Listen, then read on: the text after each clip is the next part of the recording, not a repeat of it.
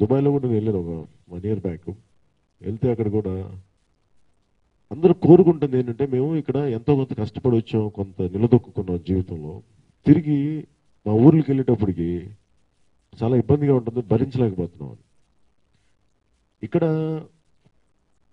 అభివృద్ధి అనేది మనకేమో గొప్ప గొప్ప చేయక్కర్లేదు, కానీ బేసిక్గా మనం ఏమైతే అక్కడ బేసిక్ రక్షణ రాగానే పట్టి పీడించేసే వ్యక్తులు కానీ పనులు జరగవు. అక్కడేమో అన్ని పనులు జరిగిపోతాయి. పాలనా వ్యవస్థ చాలా బలంగా ఉంటుంది, ఇంక్లూడింగ్ దుబాయ్ లాంటి కంట్రీస్లో కూడా. వాళ్ళు కోరుకుంది ఏంటంటే తిరిగి మన దేశంలో మన రాష్ట్రాలలో పాలనా వ్యవస్థ చాలా తేలిక పడాలి, కష్టపడేవాడికి ఆ పాలనా యంత్రాంగం సహకరించగలగాలి, దోపిడీకి గురవ్వకూడదు. ఇలాంటివన్నీ అక్కడ అవేకనింగ్ అవుతాయి. అక్కడ ఉదయిస్తే ఇక్కడ రాగానే మళ్ళీ ఈ రొంపిలో పడిపోవాల్సి వస్తుందని చెప్పి ఎప్పుడు కొట్టుమిట్లాడుతూ ఉంటారు. నేను మీ నుంచి కోరుకునేది, మీ కాంట్రిబ్యూషన్ కోరుకునేది ఏంటంటే ఎక్కడో మన ఈ జనరేషన్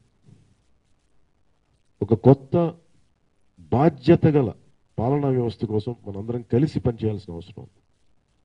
అంటే కొంత అకౌంటబిలిటీ పట్టుకురావాలి ప్రభుత్వ యంత్రాంగంలో. నేను అందరికీ ఒక సినిమా నటుడిగా తెలిసేమో, కానీ నేను నా చిన్నప్పటి నుంచి నేను కోరుకుంది సమాజానికి ఏదైనా ఉపయోగపడాలని కోరుకున్నాను. నాకు నేను ఎప్పుడు ఉపయోగపడాలో నాకు నేను ఎప్పుడు అట్లా అనుకోలేను. అంటే చిన్నప్పటి నుంచి నాకు ఎలా ఉండేది అంటే పంచుకోవడానికి. మా నాన్నగారు ఆయన బేసిక్ ఉమ్మడి కమ్యూనిస్ట్ పార్టీలో మెంబర్. వాళ్ళిద్దరూ అప్పటి ప్రభుత్వ నిర్బంధ విధానానికి పారిపోయారు. మా నాన్నను మా పెద్దనాన్న అజ్ఞాతంలోకి వెళ్ళిపోయారు కొద్ది రోజులు. వెళ్ళిపోయిన తర్వాత ఇంకా అయిపోయినాక ఉద్యోగాల్లోకి వచ్చి ఇలా వచ్చారు. సో వాళ్ళలో ఒక పొలిటికల్ అవేకనింగ్ ఉంది చిన్నప్పటి నుంచి మా ఇంట్లో. అది ముఖ్యంగా మిగతా వాళ్ళకి ఎవరికి నాకు ఎంత ఉందో తెలియదు, కానీ నాకైతే చాలా పొలిటికల్ అవేకనింగ్ మా నాన్నగారు చేశారు. అంటే అది కూర్చోబెట్టి ఒక శిక్షణ అలా కాదు, కానీ మాట్లాడుతూ ఉంటే మా ఇంట్లో ఒక, మీకు ఎంతమంది తెలుసో తెలియదు కానీ ఇప్పుడు జనరేషన్ తెలియదేమో కానీ ఇలస్ట్రేటెడ్ వీక్లీ ఉండేది, మీకు బాగా తెలుసు.